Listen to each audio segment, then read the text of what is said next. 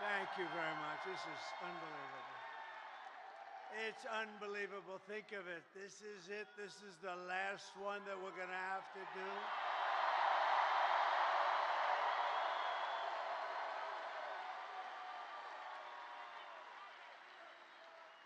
And doing 4 of these in one day is a little difficult, but not really, because the love in every one of them has been incredible, just like this. So it makes it a lot easier.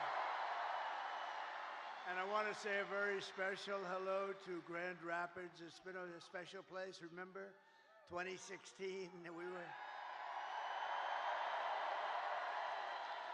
were given a 3% chance. You remember, we came to Grand Rapids. I said, how the hell are we going to lose? It was just like this.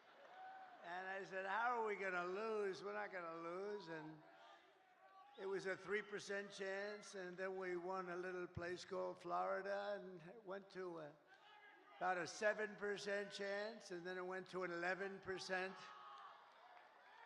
and then it went to 17%, you remember, and went that way, and then it went to about a 62% chance, and they had somebody in there going totally crazy. The woman, she became a fan. She was going crazy. Not on our side, on the other side, she was going crazy. But we're in very good shape. I have to tell you, we're way up in terms of the vote. You know, the Republicans are never up like that.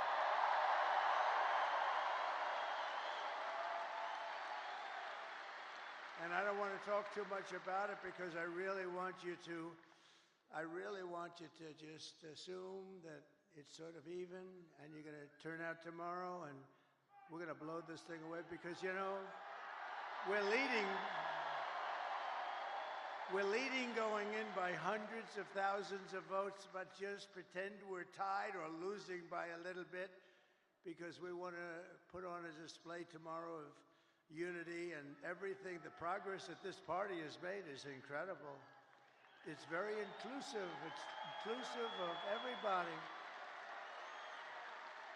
including our great mayor right back there. That is our great mayor, and he came through for us. But I want to thank everybody, and a very special hello to Michigan. We're going to do some great things from Michigan. We're going to do great things in Michigan.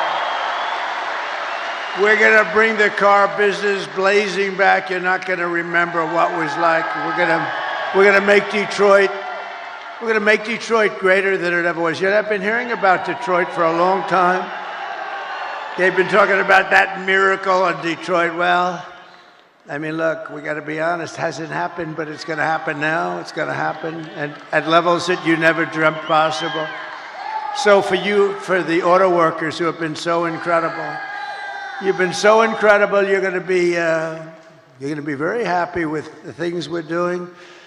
We killed the plant, as you know, in Mexico. The biggest plant in the world was going to be built in Mexico, and I absolutely killed it.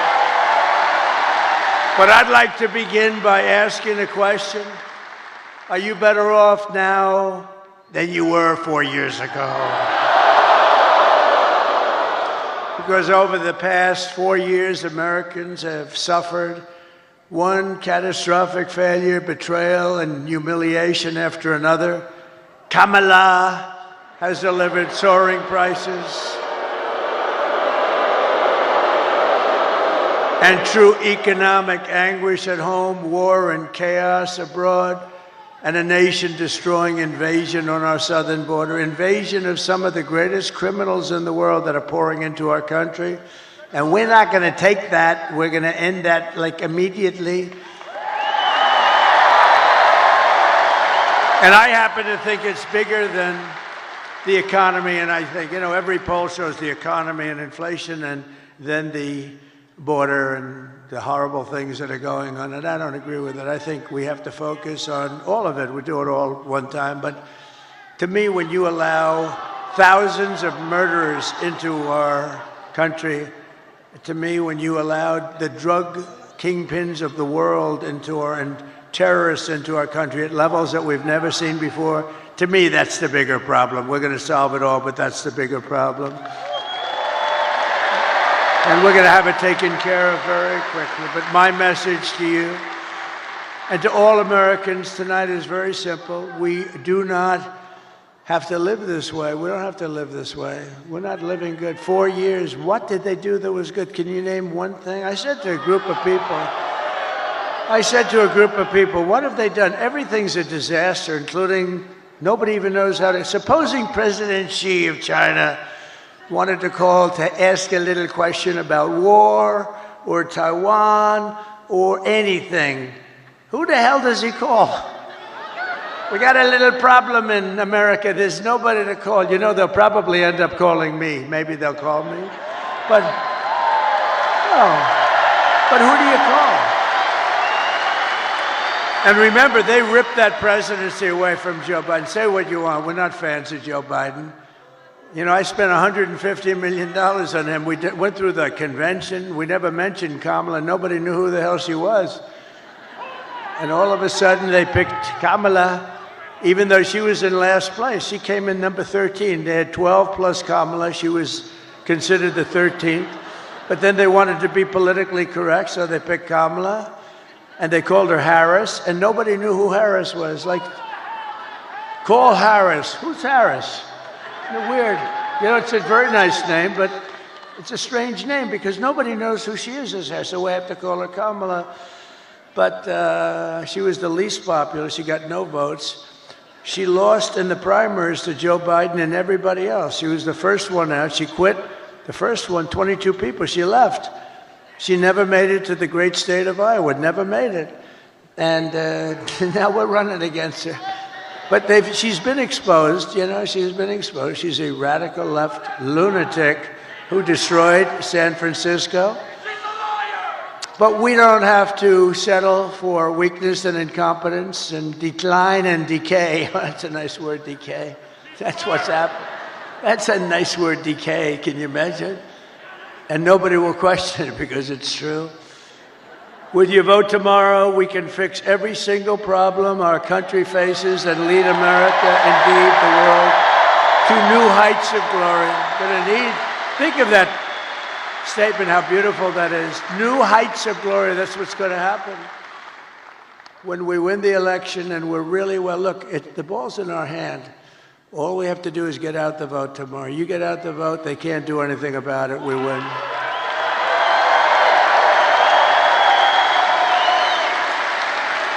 One of their top people just got on television. I was coming in and they said, these are not looking good, these numbers for them. This is very troubling. At least he was honest. No, all we have to do, if we get out our people, it's over. There's nothing they can do about it. It's nice when you have that, right? You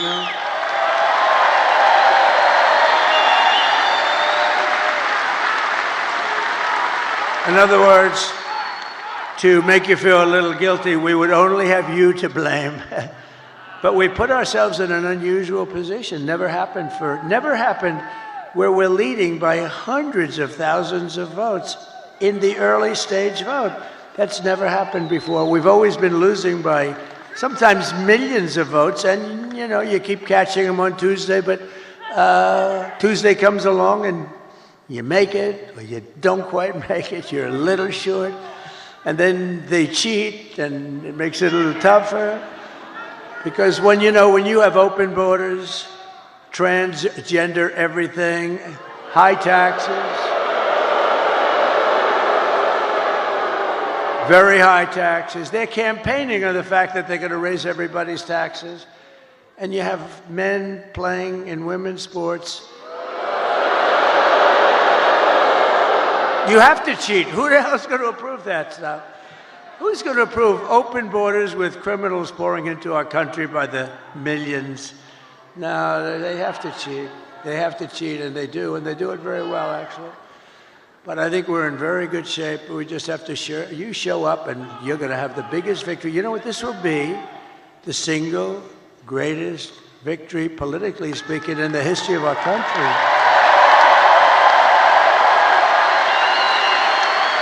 And when we win the election, only one day from now, do you know how that sounds?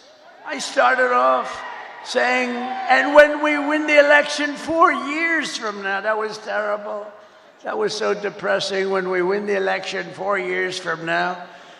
Then I said 3 years and 2 years and 1 year. Then I said 6 months, and I said, ooh, that's starting to get a little close.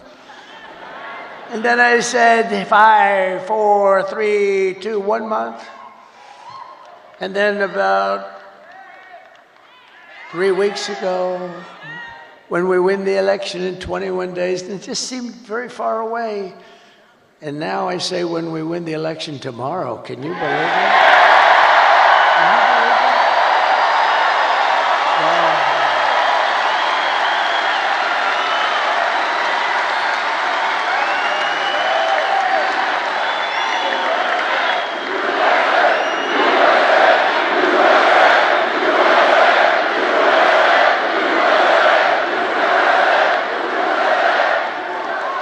And what we've done, this is a sad occasion in certain ways, because I think we did like 930 rallies from the very beginning. That's a lot of rallies. And remember, if you make one slip up, and I'm a person, as you probably noticed, I have this beautiful speech. I haven't really even gotten to it yet.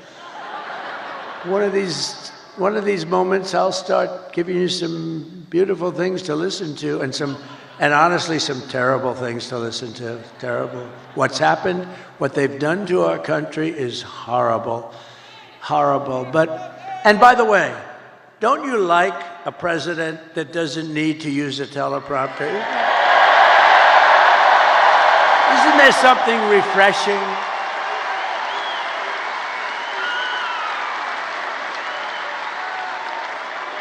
But I think I heard somebody say it's like 900, maybe a little more than 900 rallies. And, rarely do they ever catch me making even a little mistake. I go through rally after rally, 10, 20, 30, and then I say the wrong. They say, he's cognitively impaired. No, we're not. I'll let you know when that time happens. It could happen, but hopefully it's not going to be for a long time. He pronounced a word, he slurred the word, and I hate to go back, A lot of guys, they'll be talking and they'll make a mistake. Excuse me, let me go back. When you do that, it's over for a good speech. You can't do that. You just have to blaze through it and hope that they didn't hear the mistake. When Winston Churchill, he was a great speaker, he was actually a stutterer, a tremendous stutterer, and he became one of the greatest orators. But when Winston Churchill made a mistake, he didn't go, excuse me, and go back. He just blazed through it. But if I do it, they say, he's cognitively impaired. There's something wrong with him. These people are sick. Those people, look at them. Ooh, that's a lot. That's a lot of people. That's a lot of people. But this has been an incredible journey. And it's very sad in a way because, we've done all these. And this is the last one. But here's the good news. All we were doing is putting ourselves in a position to win, which we can do tomorrow very easily if we show up.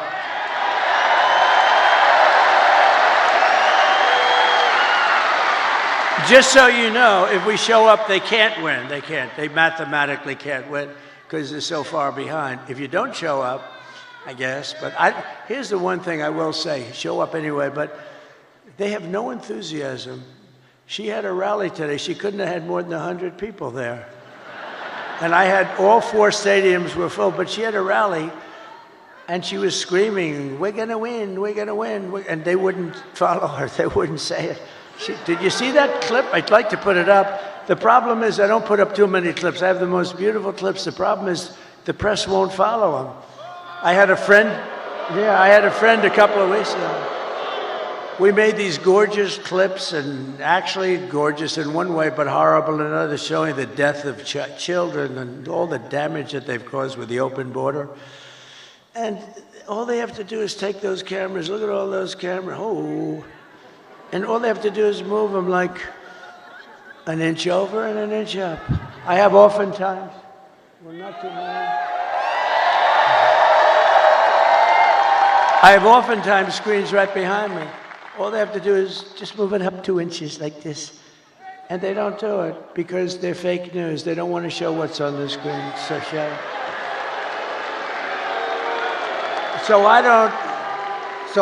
I'm having a modestly good hair day. Look at that, look.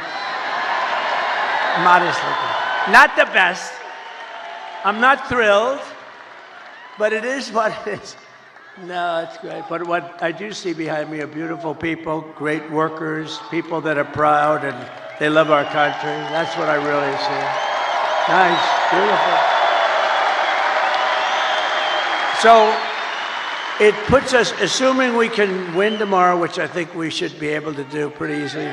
It's in our hands, right? It's in our hands. It's totally in our hands.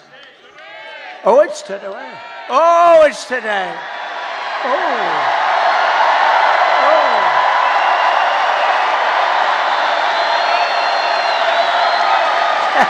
Thank you. That's today. Wow.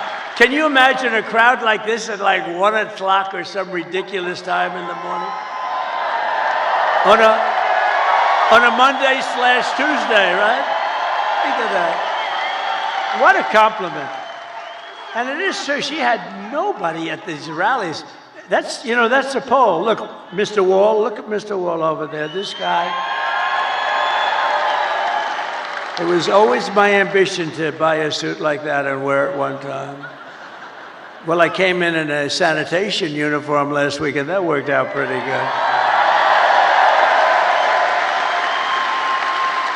Because Joe Biden, in one of his crazy moments, said that we were all garbage. But they've shut him down. They took the election away. They walked in and they said, you're not running anymore. You're out. Can you believe? They stole the election from a president. Can you imagine that? They said, you're not, they use the word coup. I think it's worse than a coup in a sense, because a coup, there's a little back and forth. They said, Joe, you're out. That crazy, horrible human being, Nancy Pelosi, who cheats like hell. She sold. You know what she said last night? She said, and there's another guy, the guy, how do you explain that guy? They say, well, we'll get ready to start impeaching him. Now, how bad are people like that? They're just trouble for our country. They're bad, sick people. They took 2 impeachments and they wasted all that time and money and energy when we should be focusing on making America great again. They're horrible people. I mean, Nancy Pelosi started with nothing. She's worth $200 million. She had a big position in Visa, and she sold it.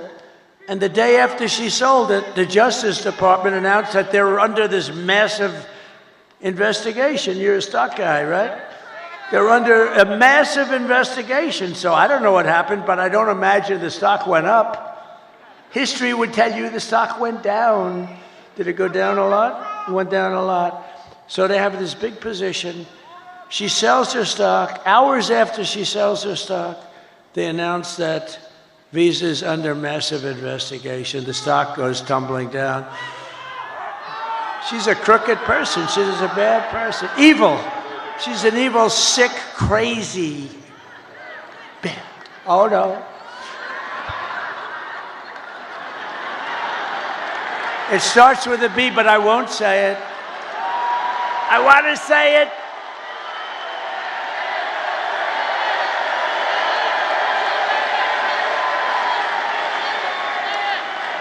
I want to say it, but Franklin Graham said, sir, I love your speaking ability and I love your storytelling, but honestly, it would be even better if you wouldn't use foul language. And I don't use much, every once in a while. And it's never a real bad word. It's, it's like never bad.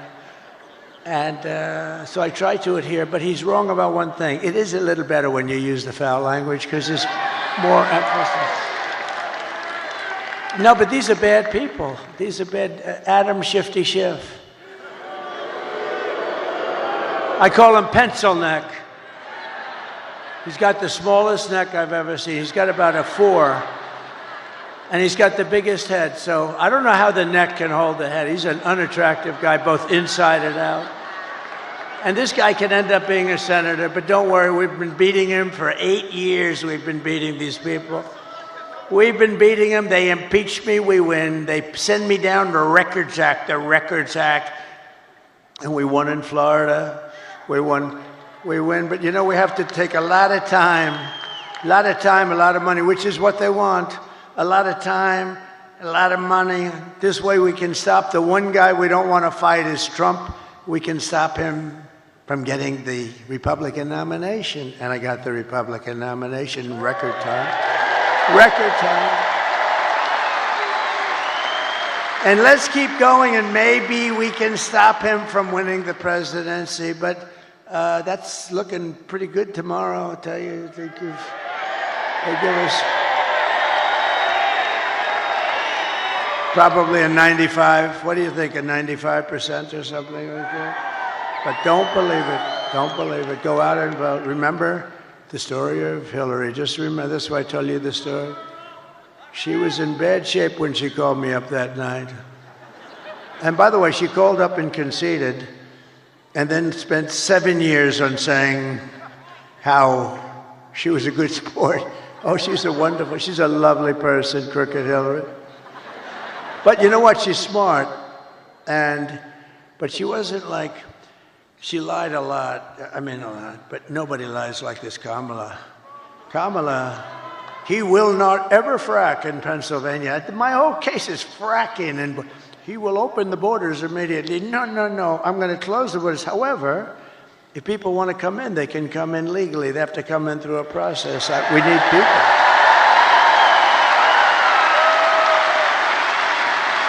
But Kamala is, I mean, this is known. She's a very low IQ person. And we don't need a low IQ individual. We've had that for 4 years. And our country's going down the drain. We're going to turn our country around. I will end inflation very quickly. You know how we're going to end it? By drilling and drilling and drill. Energy is going to bring everything down. Energy is going to bring it down. And I will stop the invasion of criminals coming across our border. I will strengthen our military. I will restore peace in the world. And I will rescue the American dream. We're going to have the American dream back soon. Together, we will begin the 4 greatest years in the history of our country, and we will launch the most extraordinary economic boom the world has ever seen. If you vote for Lion Kamala, you will have 4 more years of misery, failure, and disaster our country may never recover from. I don't believe that our country can take any more of this without just gone. I don't believe it can take any more. It's going to be, can't take this. This is abnormal abuse, And I heard somebody said the wall. I built 571 miles of wall, which is much more than I said I was going to build. And you know, it really worked. Walls work. 2 things work. What are the 2 things? Walls and wheel. They're the only 2 things that never get obsolete, right? Walls and wheels. A wall and a wheel. It's always going to be around. Other things, they have the beautiful computers. You know, you buy a computer. Oh, this is the greatest. 2 weeks later, it's obsolete. That goes on. I don't know how people do it. We have the king of computers. We have the king of everything endorsed me, Elon Musk.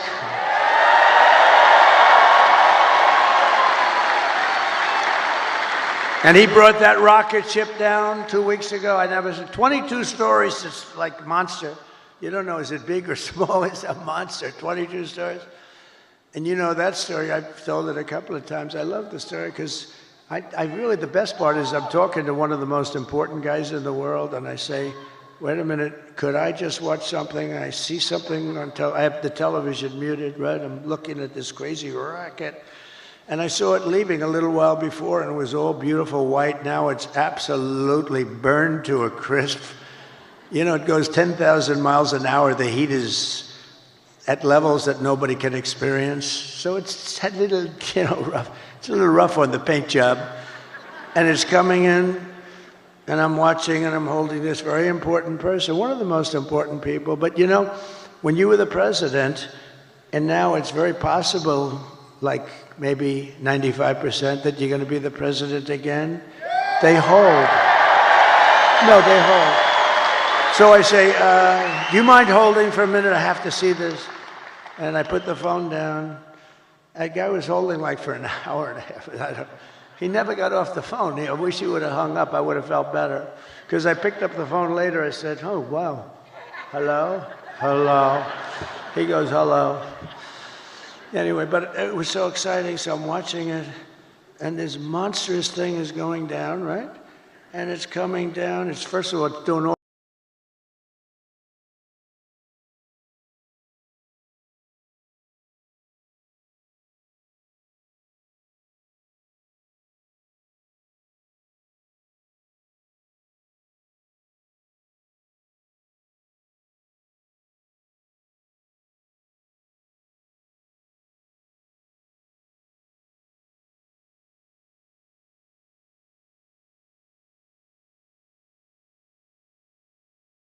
That's the miracle right up there, right?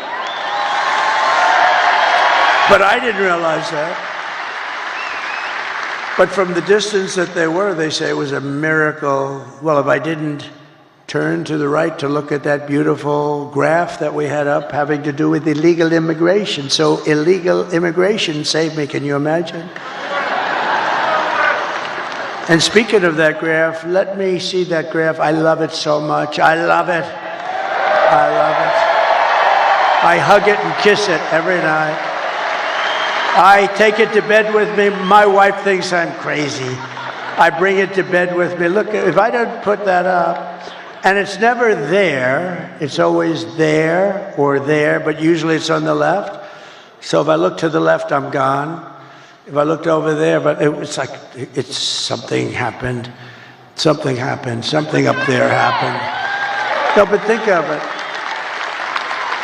So I said, just like I did right now, the shooter's right there, right exactly 90 degrees. That crazy guy, right there. And I said, let me see the graph. I said, what the hell was that?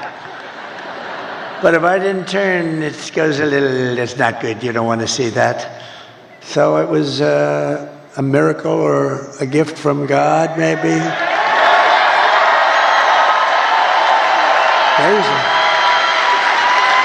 And when Don and Eric, who are really great shooters, they heard that, and then they heard the gun, they know exactly the gun, the AR-15. It's supposed to be very accurate and all that stuff. And this guy wasn't, he was at the range all the time shooting. He was supposed to be a good shooter. They said a bad shooter would hit it almost every time, a bad shooter. Don said it's the equivalent of sinking a 1-foot putt. That he put it in golf terms. I said, that's not good. Because for those that don't play golf, it's almost impossible to miss a 1-foot putt. And so it's amazing. So they were shaken up. They couldn't believe it. They actually said God did that because they didn't believe that they could. Now, it wasn't a miss. I mean, it wasn't. It ripped the hell out of it. But I consider that a miss. It ripped it up pretty good, and it was a very bloody mess. And the doctor, who was great in Butler, he said, sir, I want you to go with me to buy a lottery ticket because I've seen this.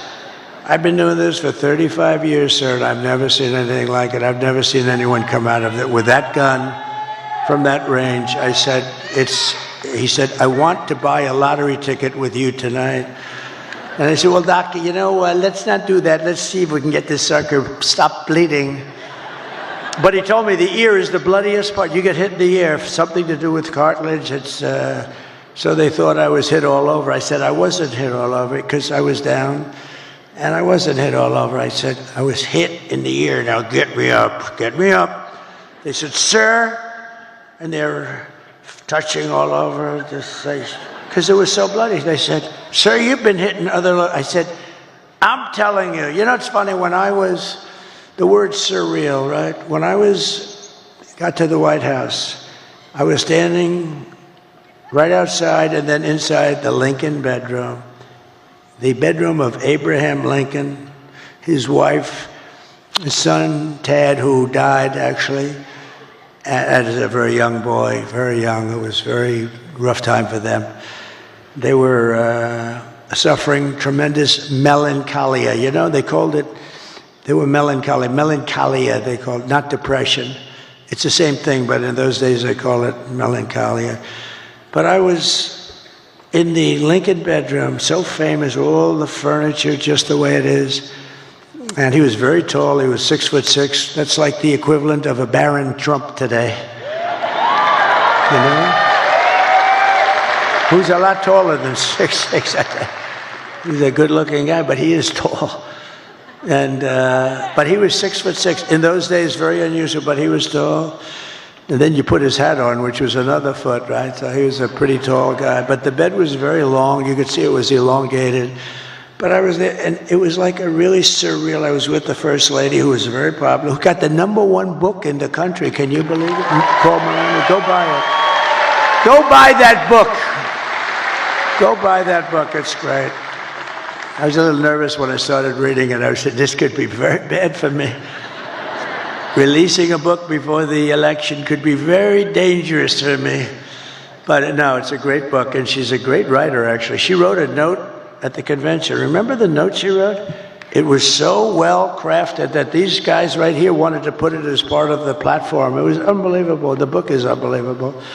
So go get it for Christmas or something. But it was just, when I was in the Lincoln bedroom, it was a surreal experience. It was like an outer body, they call it, experience. And it just was like, it was something unbelievable. I said, can you believe this is where we are? And I was not a Washington person. I was only there 17 times, according to the fake news. But I think it's right. I was only there 17 times in my entire life. I wasn't, and I was a New York guy, which, you know, now I'm very much a Washington guy. I know the good ones, the bad ones, people. I know the dumb ones, the smart ones. I know a lot about the people. I didn't know anything about the people. I had to rely, and we did great. We had mostly great, the trade people, the war people. We had a lot of great people. But when I was on the ground, there was no surreal experience. I knew I was shot in the ear. And I was telling Secret Service, and let me tell you, they were damn brave. I went down fast because, I looked, there was blood all over my hand. I said, this is not the normal situation. It's either the largest mosquito in history or I got hit by a bullet. And I followed my hand down, and I think people were also shouting, get down, I think it was. But I went down, and I'm telling you, I had, I guess, 7 Secret Service agents follow me. They were very brave. I'm telling you, those bullets were flying over our head. And, you can't forget that. Can't forget that. Those bullets, and I heard those bullets going. I said to somebody, how fast were they going? They gave me some mathematical number. I said, no, I want to know in miles per hour. And I think it was 3,200 miles per hour. You know, think of that. You know, a car, you're going fast at 70 or 80. These are 3,000 something. And those suckers were going over my head. There were 8 of them total. It was a total of 8 shots fired. And then it was a shot by a Secret Service sniper. Amazing, 1 bullet he used. But I think we also had help from one of the police snipers. He hit the stock of the gun or something, and we appreciate that very much. But it was amazing. But when I was down there, I was totally aware. I said, no, get me up, because I was speaking in front of a massive, you couldn't even see the end of it. Now, when we had the celebration honoring Corey, the firefighter, great guy, when we had that celebration, we had 101,000 people. And that's when I really got to see that's where I really got to see the real Musk, because I invited him up. And he's always like in a lab. And it's almost like he was released. And I said, you have to come up here, Elon, just come up. And he looked out and he was so happy. I think he loves people. And he started doing jumping jacks and stuff behind me, right? He was so happy. I think he's going to run for office against me. I'm very concerned. No, he's great. It was great. But he was so happy, and it was a great celebration. But when I was down, there was no feeling like I had in the White House. I mean, I totally was aware of everything. But had I not made that turn, I wouldn't be with you tonight, and that would have been bad. And I hope that's right. I hope that's right. I hope that God did put me here to really save this country. Because this country's in big, big trouble. This country's in big trouble. I hope so.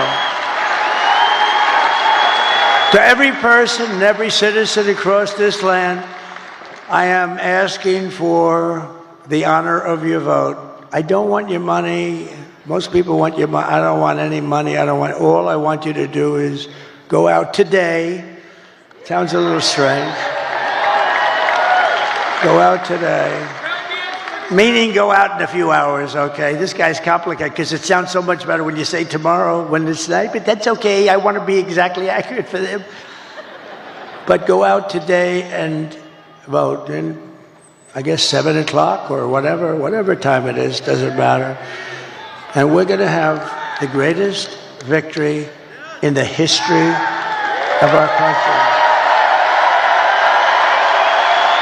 And as your president, I will fight for you every single day with every breath in my body. Together we will save this country, this great country that we love. We will defeat the corrupt system in Washington. Because I'm not running against Kamala. I'm running against an evil Democrat system. These are evil people. I wasn't running against Biden either. He was stuck in a basement. I didn't even run against him. I mean, no, we're running against a very evil system, and we have to defeat that system, and America's future will be an absolutely incredible one. As we stand on the brink of rescuing our country, I want to take a moment to thank the millions of hardworking men and women who are the heart and soul of this, the greatest movement of all time.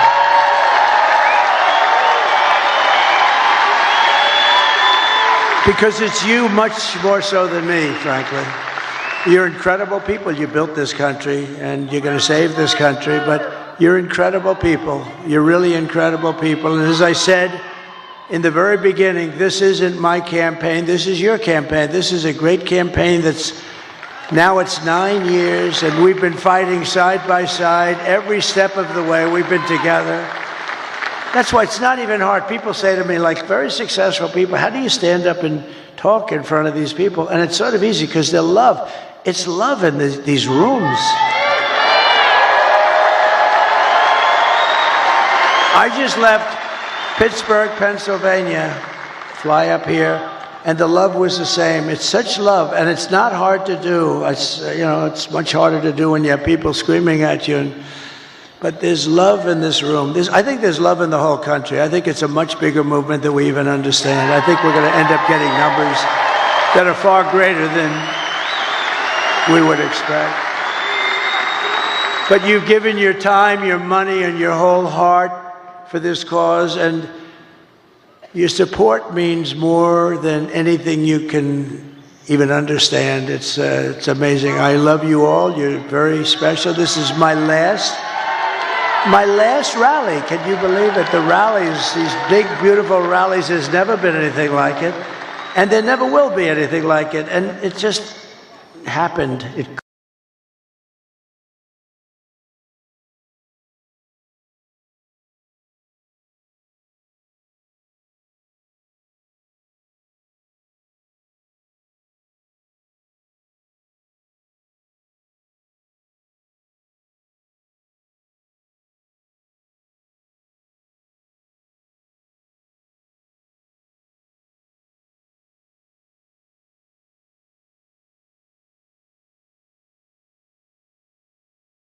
You have to stand up and tell Kamala, that you've had enough. You can't take it anymore. You're destroying our country. You were a terrible vice president. You destroyed San Francisco. She destroyed San Francisco. And she worked, when she was Attorney General of California, she worked along with a lot of her friends out there, like Gavin Newsom, the governor, one of the worst governors in history, and destroyed the state. I mean, more people moved out than moved in last year, first time ever. That's never happened before. You're going to say, Kamala, you're horrible at your job. You don't know what you're doing. You're a low IQ individual. We want smart people. We want cunning people. We're dealing with the smartest people in the world. We don't want you negotiating nuclear deals because you don't know what the word nuclear means. Kamala, you're fired. Get the hell out of here.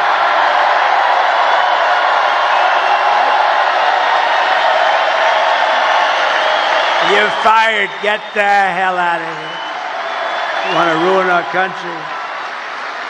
If we win Michigan, we win the whole thing. The whole thing.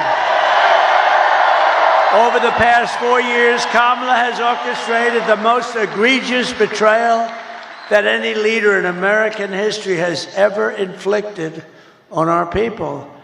She was given the authority to run the border by Sleepy Joe because he wanted to go to bed and he wanted to sleep. He had only one thing he wanted to do, and that's sleep. So he made her the border czar. Now she's trying to deny it. By the way, the Border Patrol 2 weeks ago gave us the strongest endorsement you've ever heard. They said he's the greatest president in history and the best president on the border by a factor of 10. And I said to them, does that mean I'm better than Abraham Lincoln and George? What? Yes, sir, you're better than both of them. I had one problem. I had one of the guys that came up, and, they all, like 10 guys, they all made speeches. He's like 36. He said, sir, you're the greatest president in my lifetime. I said, I like the first guy better. I like Lincoln and Washington better than 36 years, right? But he meant well. But you know what? In terms of the border, what we did, we built all that wall. We built an extra 200 miles. They could have flipped it up in 3 weeks. You know that. It was all built. They sold it for scrap metal for 5 cents on the dollar, so much. And that's when I realized they actually want open borders. She has violated her oath, eradicated our sovereign border, and unleashed an army of gangs and criminal migrants from prisons and jails, insane asylums and mental institutions. And these people are all coming into our country. Are you okay down there? Is somebody hurt? Oh, is somebody hurt? Oh, I saw you looking on the floor. I thought somebody was hurt. Oh, okay. We don't want our people to be hurt, right? We don't want that.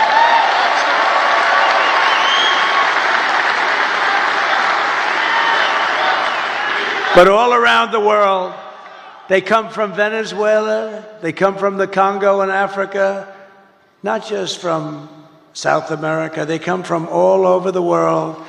And they're stealing countless American lives. They're killing a lot of our people, a lot, far more than anybody thought even possible.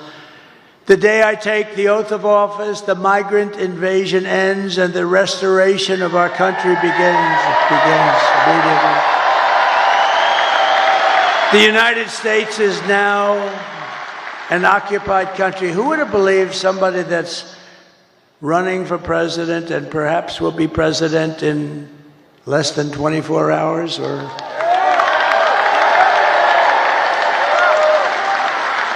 Or maybe it will take these machines that we pay so much for 2 weeks. Can you believe it? If you used very highly sophisticated watermark paper, it's more sophisticated than the machines. Paper, highly sophisticated. Okay, if you used paper, and if you used voter ID, and if you had 1 day, and you, in addition to voter ID, you have a proof of the fact that you're a citizen of our country, which would be nice, you would have the results tabulated, like in France, they had 37 million people. The results were tabulated at 9:30 in the evening. They had a winner, they had a loser, and they went home. And here's the other thing. I know nobody's very cost-conscious anymore. 8% would be the cost compared to the cost of these very highly complex machines. And Elon Musk told me, he probably knows more about computers than any man in the world. He said that machines don't work because they're easily violated. Now, this is the smartest guy in the world, the guy that runs rockets with computers, and saying the computers are far more important than the engines. I mean, nobody knows anything like this. But if you used paper, it's 8% the cost of the other. It's more accurate. And you don't have 12-day waits. And then what the hell's happening in the inside of those machines if you wait? We want the answer tomorrow, tonight.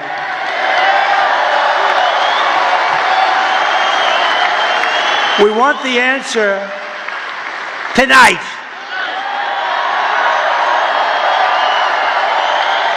They spend all this money. They spend all this money, and old-fashioned paper is much less expensive. And you know what? It's more accurate. It's much better. They just, something's going on with this. I mean, what the hell are they doing? But we don't want to wait 10 days, 12 days, 3 days, 2 days, or 2 hours. We want the answer tonight.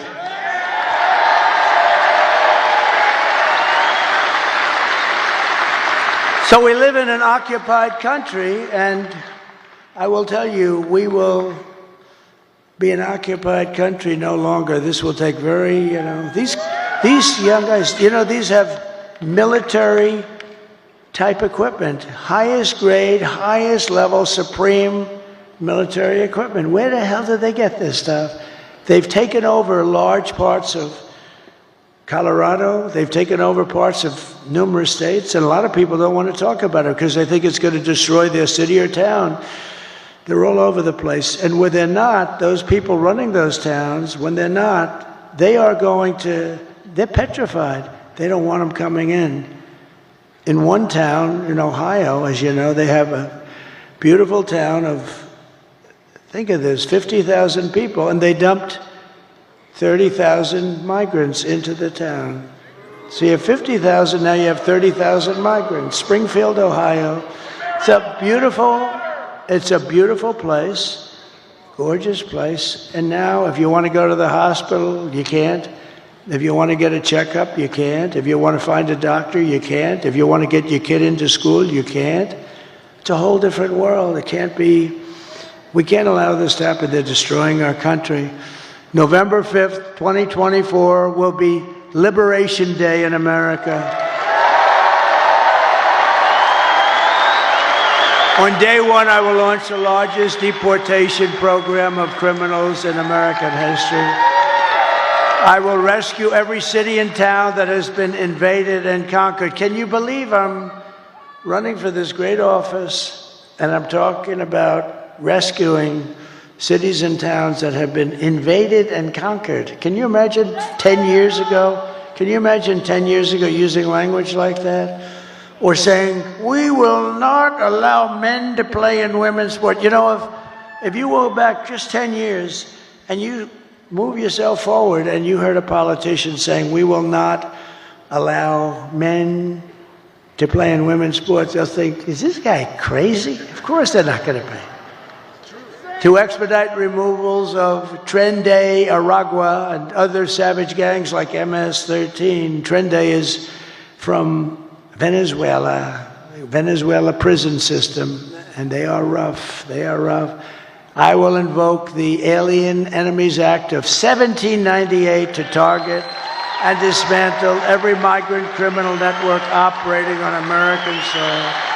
And if they come back into our country, it's an automatic 10 years in jail with no possibility of parole, because we don't want them back. And I'm hereby calling for the death penalty for any migrant that kills an American citizen or a law enforcement officer. And I will ban all sanctuary cities in the United States of America. They're sanctuary for criminals. 4 years of Kamala have delivered nothing but economic hell for American workers. The workers are getting destroyed. Her inflation disaster has made life unaffordable and cost families over $30,000 in higher prices. Think of that.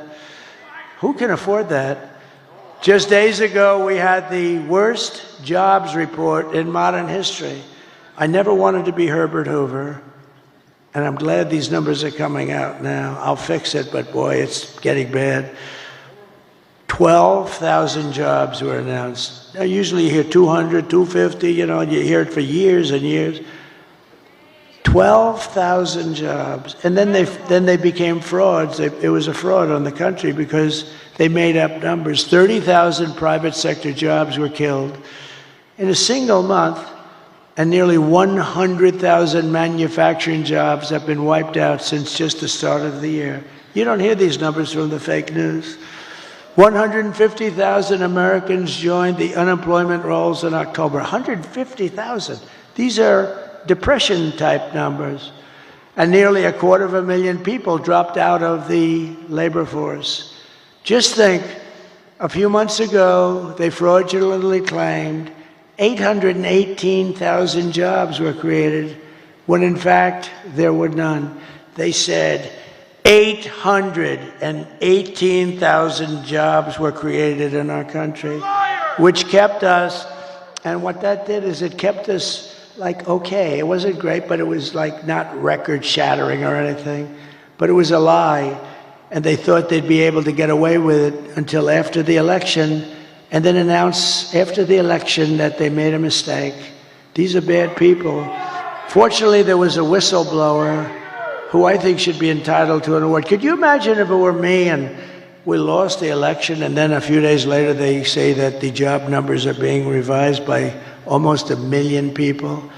And now they've just revised it again. On top of the 818,000, 112,000 fake jobs were just announced. So you add that up and it's almost 1 million fraudulent jobs were announced. And nothing happens. These guys don't report about it.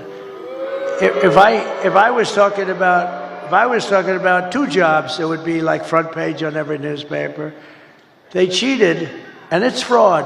When they make mistakes, they make them for 2,000, 3,000. There was never 818,000 jobs right before the election were announced, and they turned out to be a fraud. And they were going to announce the revision after the election was over. What the hell kind of an election would that have been? So I want to thank this whistleblower. Meanwhile, 100% of the net jobs created in the last year have gone to migrants. Think of that. 100%. 100% of the jobs that were created went to migrants, not to people. And I'll tell you what, your black population is being devastated by these people. They're taking all the black population jobs away, and they should announce those numbers before the election also, because frankly, what's happening there, you're going to see some bad things happen. They're taking their jobs, and the Hispanic population is going to be next. You watch. It's horrible.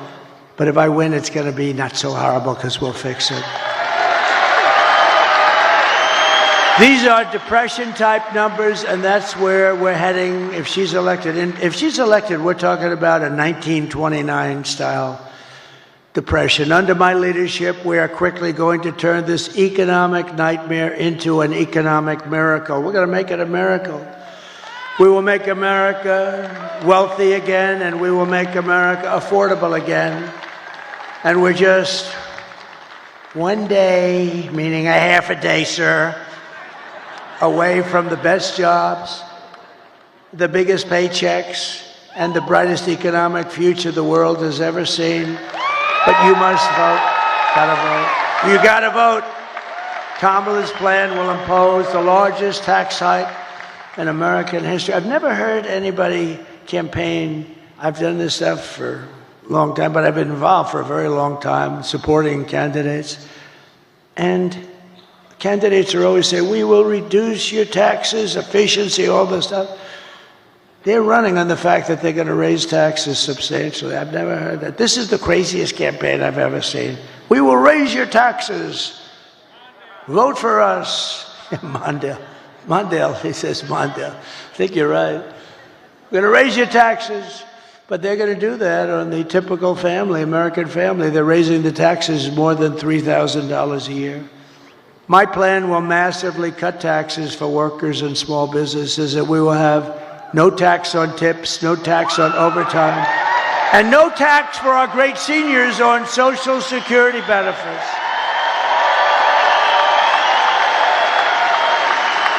To rapidly reduce inflation, I will end Kamala's war on American energy, and we will drill, baby, drill. We're going to drill, baby, drill. And I will cut your energy prices in half within 12 months, okay? When that happens, everything's coming down. The donuts are going to come down. The food is going to come down. As we say, the groceries. I just told the story in Pittsburgh. A woman, elderly, goes to a supermarket and takes 3 apples and brings the apples to the counter, and then she realizes that the price went up yet again, and she doesn't have the money for them, and she excuses herself, she walks back to the refrigerator, puts the apple back in refrigeration, and walks back and buys the 2 apples. That shouldn't be happening in our country. That should not be happening, and we're not going to have it happen long. I will cancel Kamala's insane electric vehicle mandate. And I will make interest on car loans fully tax deductible. So how about that? The most brilliant people, is that Scott Bessent over there? Where's Scott? Scott, stand up. He said he's one of the most brilliant people on Wall Street. Do you agree, Scott, that you're one of the most brilliant people on Wall Street? Because everybody else says it. He's too shy to say it, but he's a genius. You know what his theory is? The stock market is the only sign of life, and it's only going up because everyone thinks Trump is going to win the election. And others too. I'm seeing it a lot. I think they're following your lead. But I appreciate that confidence. It's very nice. He's a brilliant guy. But so they call up and they say, brilliant guys are calling me up. And they say, where'd you come up? On a car loan, we're going to give people, we want to develop the car business in this country. In a car loan, we're going to give people the right to deduct interest, but only if the car is made in the USA. What the hell do I care if a car is going to be made in? If a car is going to be made in Japan or China or someplace else, what the hell? I don't care if they buy it. I want them to buy cars. So think of that, what that's going to do for Michigan. So if a car is made in Michigan, you get a big deduction. That's going to be somebody. So I started just with the deduction. Then I thought to myself, why should I give them a deduction to buy a car that's made in China or Japan or South Korea? Well, I don't, look, I mean, they're wonderful people. Everyone's wonderful, but I want them to be built here. So then I came in with that little extra tip, and it says, but you only get the deduction if the car is made in America. Isn't that like cool? And hopefully right here in Detroit and Michigan would be great. We're thrilled to be joined by your next senator, Mike Rogers. Mike, thank you very much. Thank you. You're doing great. This guy is doing great. He is amazing. I think I'll tell you, it's hard to beat some of these people because they lie. I heard she's another one. She's going around saying she's very close to Trump. She agrees with Donald Trump on the tariffs and the wall and this, but she never agreed until about 2 weeks ago when she was losing, right? No, but I have about 6 of them that are doing that. They're doing that against Bernie Moreno. They got a guy running against him, Sherrod Brown.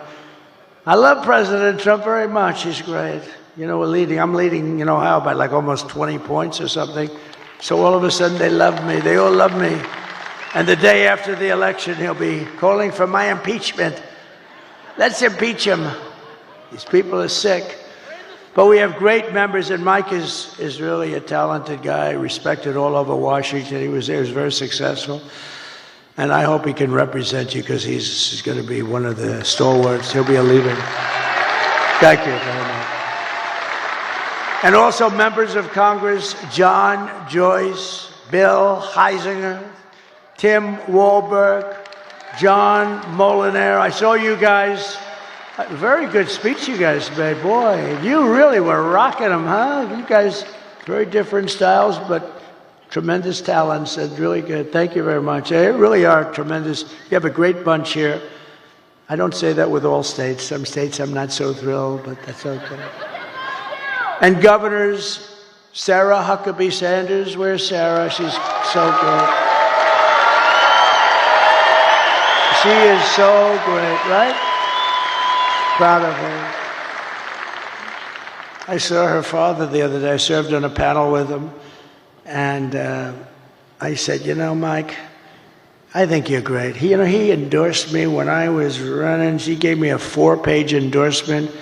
And I think the endorsement was put out before I finished my speech.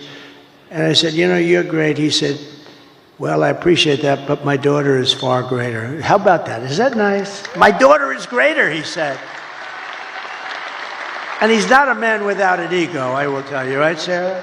But he said, my daughter is greater. That's beautiful. That's a beautiful thing that he said. He's an incredible guy.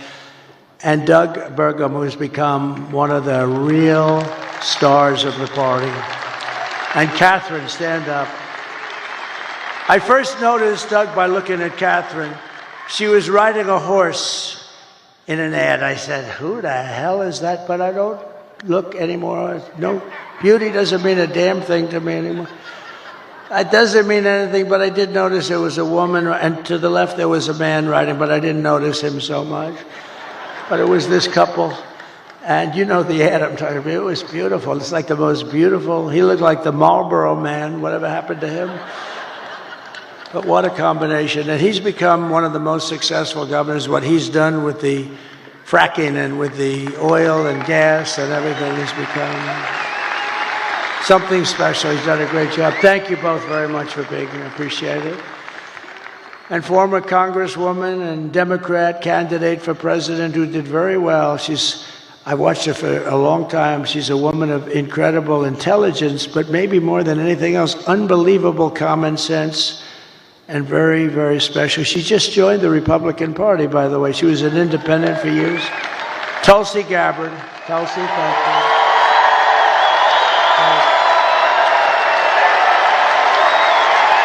Great.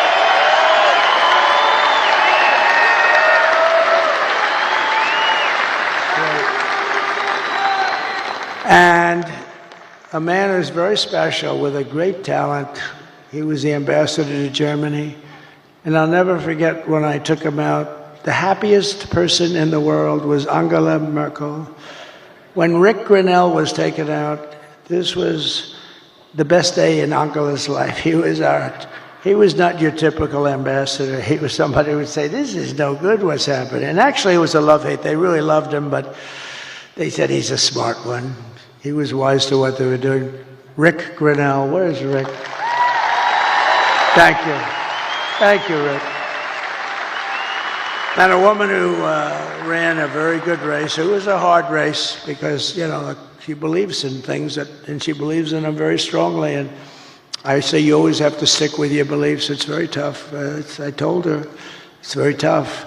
But she's a hell of a woman. She had a father who I knew. He was a steelman. He was in the steel business. He was thankful when I put the tariffs on because we saved the steel industry. And he was a real pro. He passed away, but he was a great guy. But he'd be very proud of his daughter. His daughter's an incredible woman. Tudor Dixon. Thank you, Tudor. Thank you. We miss your father, right? What a great guy he was. And then we have a woman who drives extremely fast. She can drive a car and, you know, just very successful, won races, but she's very successful. It takes tremendous courage and strength and everything else. It takes everything. I think driving those cars at 220 and 240 miles an hour, boy, you got to be brave. probably have to be a little bit crazy, Danica Bradrick, right? You have to be a little crazy, right? But it's Danica. Such an honor to have you involved, Danica. Such an honor. She's so smart. We were talking about, I just can't believe it how I was asking her questions on the plane over about, how do you do it? How do you do it? Because, you know, they had me in one of these cars that start the race, and I'm sitting in the car, and we're going like 60 miles less than what you travel at. And I'm saying to the driver, are you okay? He was okay. But it's an honor to have you involved. You're really special, a really incredible athlete. She's an incredible athlete. And another person that was very honest and very talented and doing an incredible job, but she was extremely honest, and sometimes you can be honest and it doesn't work out, but it's actually worked out really well because she's doing phenomenally well, better than before. Sage Steele, thank you very much, sir.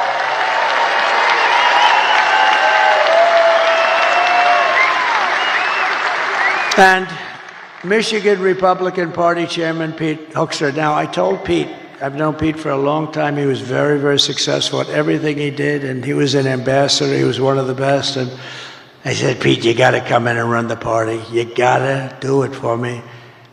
And it was not that easy. He has a lot of options, and he came in, and I mean, I think we're going to have a great result later. But Pete came in and ran the party, and I'll tell you, it is so organized. It's so professional. I think we're going to win. I mean, I think we're going to win in Michigan. Seems to be. We can't let them forget that I stopped that big Chinese plant in Mexico. Put that on top. But no, that was the thing. Nobody else would do that. I did it without being president. They just said, but they know it's not going to be easy for them. They won't. They're going to. Let's put it this way. If they build it, they're going to lose their ass, okay? So I want to thank you, Pete. You've done incredible. And a man who I fell in love with, actually, he's an auto worker and a union guy, but he saw what was happening. He saw look, I mean, you take a look at this area and go back 50, 60 years, it's been just a downward trend. It looks like, you ever see a chart? It's like, right, Brian? It's like just a downward, like a sliding ramp. Brian Pannebecker from the Auto Workers for Trump. Brian, come up here for a second. Come in. Come in. I got to see. I love this guy. I always wanted arms like him. He's got the biggest, meanest arms. They look like what grabs that rocket. He could grab the rocket. Tell them a little bit about what you see going on. And I tell you, he's just an incredible guy. Thank you, Brian. Thank you, Mr. President. It's an honor to be here at your very last campaign rally. I gotta give a shout out to Scott Hagerstrom right out here. He brought me to Novi when you were holding a rally there in September of 2016. You were a candidate before you were president, and I got backstage and got to meet you, and I told you the little song about Macomb County, home of the Reagan Democrats. I said, Mr. Trump, if you come to Macomb County and ask for the Reagan Democrats' support, which is basically the UAW members, and I got a few of them here with me tonight. I said, if you come to Macomb County and ask for the Reagan Democrats' support and you get it, you might win Macomb County big enough to carry the whole state of Michigan. I said, Mr. Trump, if you win Michigan, we both know what that means. You win the White House. And that's exactly what happened. So we're going to do it again this year. The UAW represented auto workers are going to vote 65% or more for Donald Trump for president, and we're going to carry Michigan again. Thank you, brother. I love you. We all love you. Thank you, Brian. Great guy. Great guy. And you're a great guy. I appreciate that support. I appreciate that support. Thank you very much. It's terrific. You gave us a beauty there, didn't you, huh? He's a worker. Michigan Senate Republican leader, Eric Nesbitt. Eric, thank you very much. Great job. You're doing beautifully. and Michigan House Republican leader Matt Hall. Tremendous guy. The great Steve Witkoff, great businessman, the most generous person I know. He gives a lot of money. Every time there's a hurricane, he wants to give money, and he's just great. And Howard Lutnick, he's working along with my children and Linda McMahon, who's fantastic, and they're working on transition. But I said, don't worry about transition. Let's win this thing first. Okay, we'll work on transition. But he's one of the most respected people on Wall Street, rebuilt his firm after it was taken out of the World Trade Center by that horror show act. Long ago now, but it's still very emblazoned in all of our minds. But so Howard, thank you very much. Howard Lutnick, thank you very much. And my great children, should I have them come up real fast? Okay. Don, Eric, Tiffany, Laura, Michael, come on up here.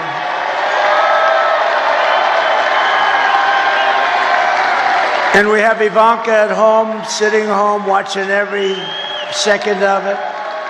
And we have Barron, my beautiful boy, Barron. Barron, he knows more about computers than anybody. I closed up his computer. He said, Dad, it'll take it 2 minutes to figure that out. And all of a sudden, the damn thing opened up. I said, Barrett, you got to turn it off. Okay, watch. I turn it off. It's no way. I put a separate code in. He's operating his computer.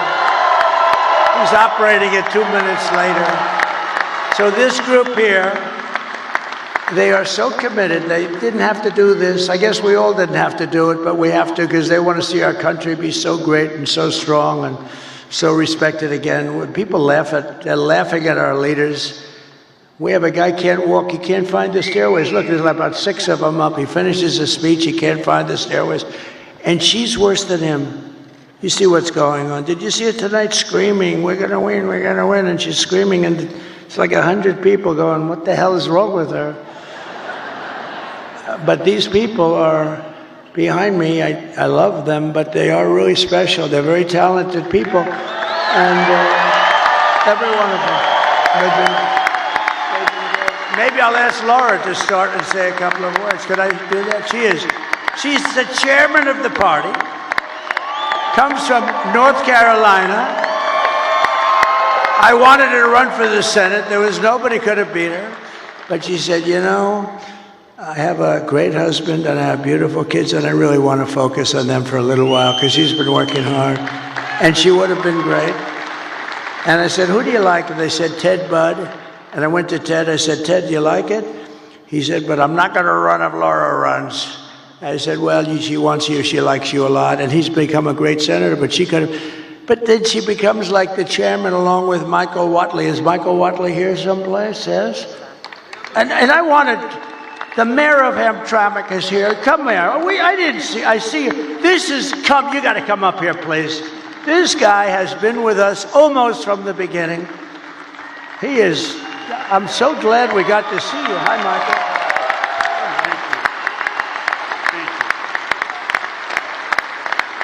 Come here.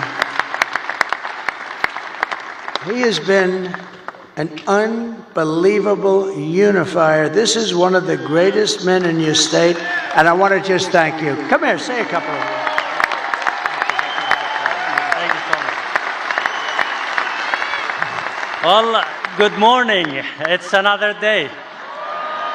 I spoke earlier before you came, and I told the crowd that tomorrow, or today actually, is going to be a historic day, and we shall celebrate a historic victory today.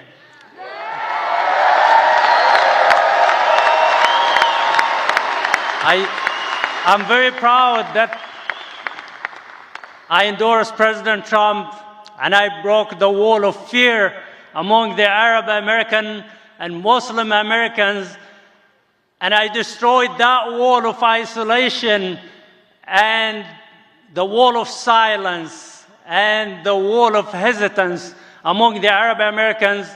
And now, today, we had a survey that was posted among the Americans in the Metro Detroit, and it shows that President Trump is leading by 76%.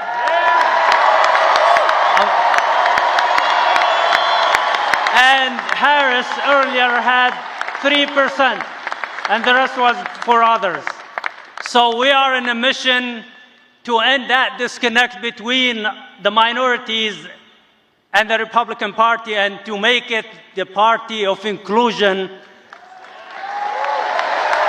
And we are in a mission, which is the priority for us today, to send President Trump back to the White House. So like I said earlier, he has done everything possible to gain your support. He told me last Friday that it was 62 days of hard work with no break and no rest, and today it's 65 days with no rest. So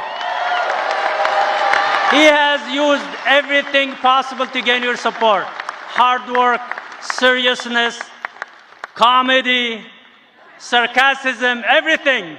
So how is he a threat to our democracy, as the fake news keep saying, and the other party? So I ask you and I urge you to go out and vote tomorrow. And I think we have a big chance. I'm very optimistic that we will make history and we will win and make America great again. Thank you so much.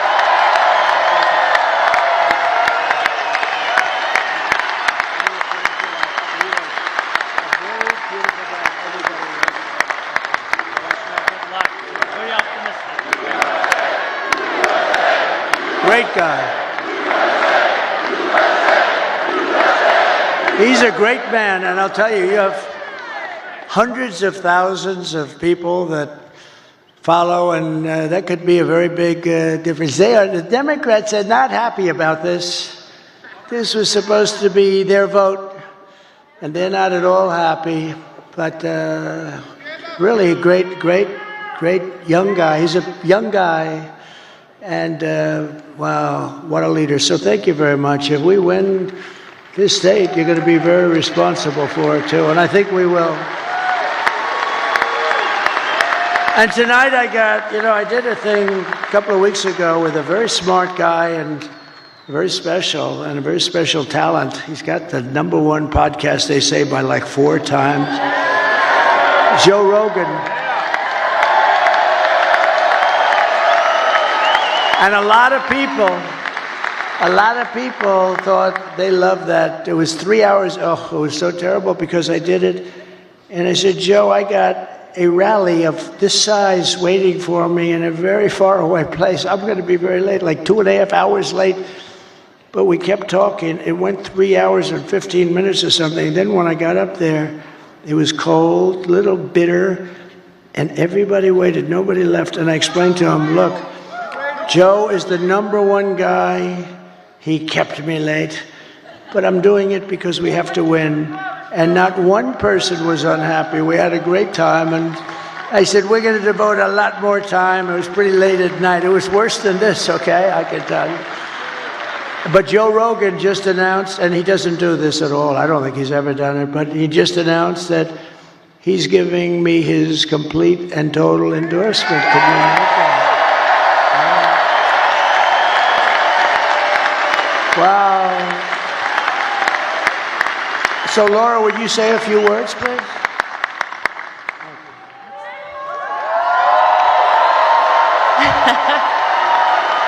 Are we ready to turn Michigan red today?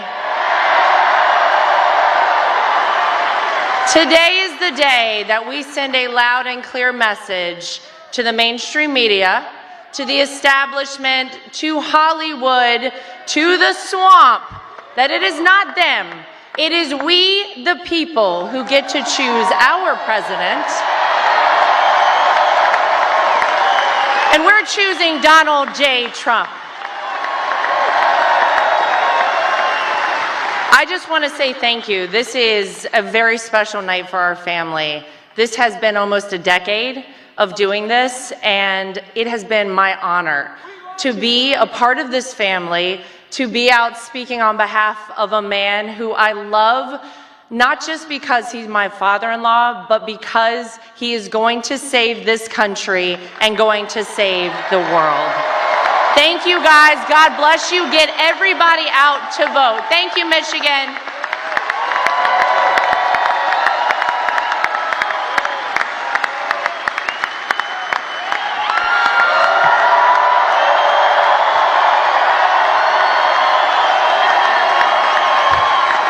Thank you, guys. Today, when you wake up with not very much sleep, you gotta get to the polls. You gotta bring your friends and your families and your loved ones, and we have to make it too big to rig.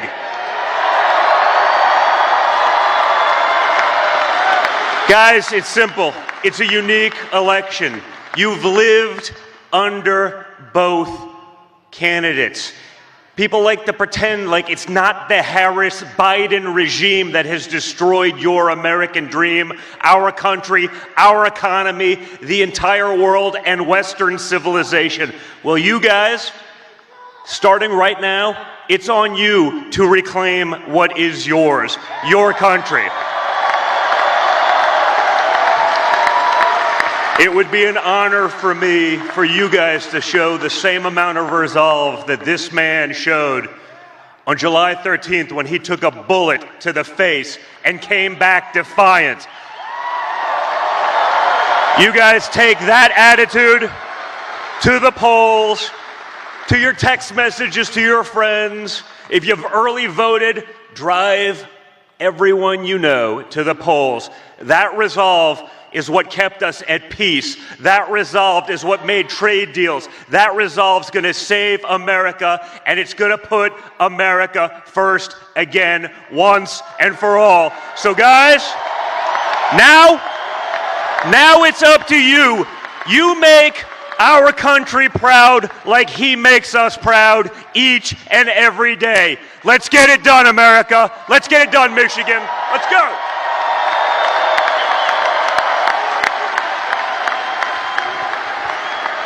Well, good morning, Michigan. Who else could have this many people at 2 a.m.? Only Donald Trump. Guys, I've watched the hell that they put him through for the last 10 years. I mean, the fake impeachments, the dossiers, the Russia hoax, going after his Supreme Court justices, censoring him, taking away his First Amendment right, trying to take him off the ballots in various states all across the country, raiding his home. And yet he comes out every single day and he fights and he fights and he fights. And when other candidates have packed it in for the night, you know who's standing on the stage at 2 a.m.? It's Donald Trump.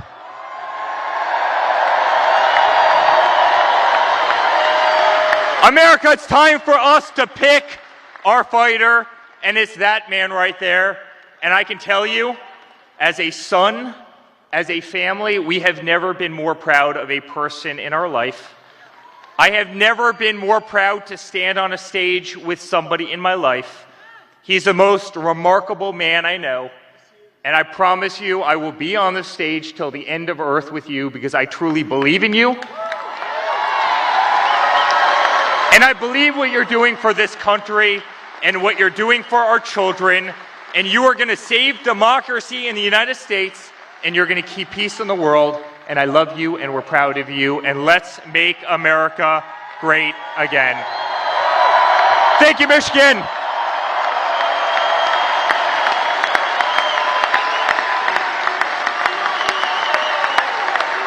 Hello.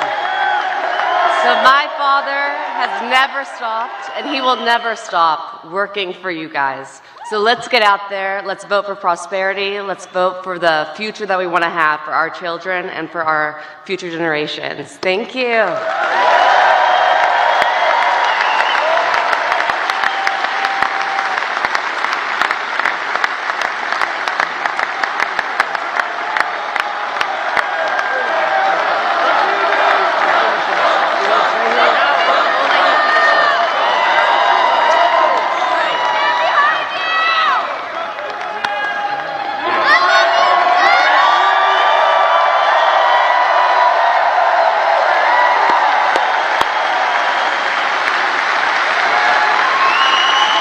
Thank you very much.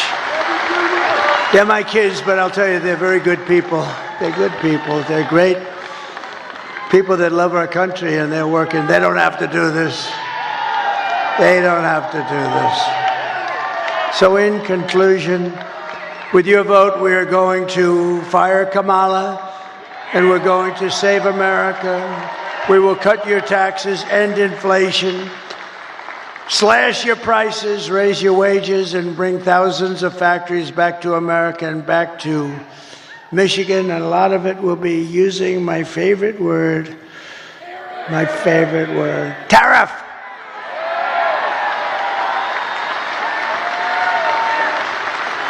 And one of the things I'm going to do, I'll give you this as a little insight. I just announced it in Pittsburgh. I didn't think it's become a very big story already. So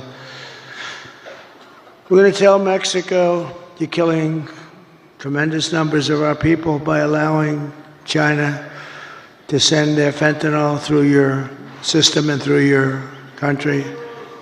And we're going to give them a little period of time. But we don't want drugs coming across our border or any border.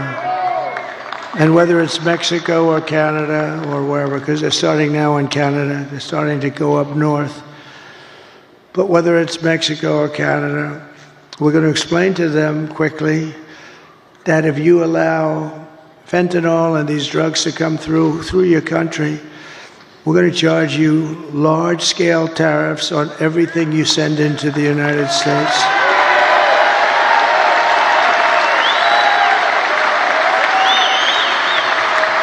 And they're making a lot of money in the United States.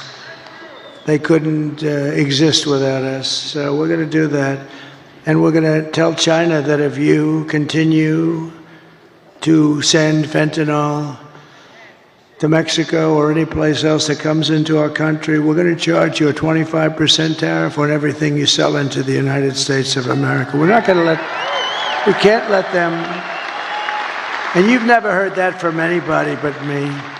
And I've had it in my mind for a long time, but I didn't want to tell these guys about it because they'd only screw it up like they do everything else. But I say it now because now we have the election coming up in a matter of hours. And we're not going to let them destroy our country. Most of our crime, probably 60% of our crime is caused by drugs. People that are taking drugs, they cause tremendous amounts of crime. If we didn't have that, you'd see crime rates plummet. But, you know, the sad thing is that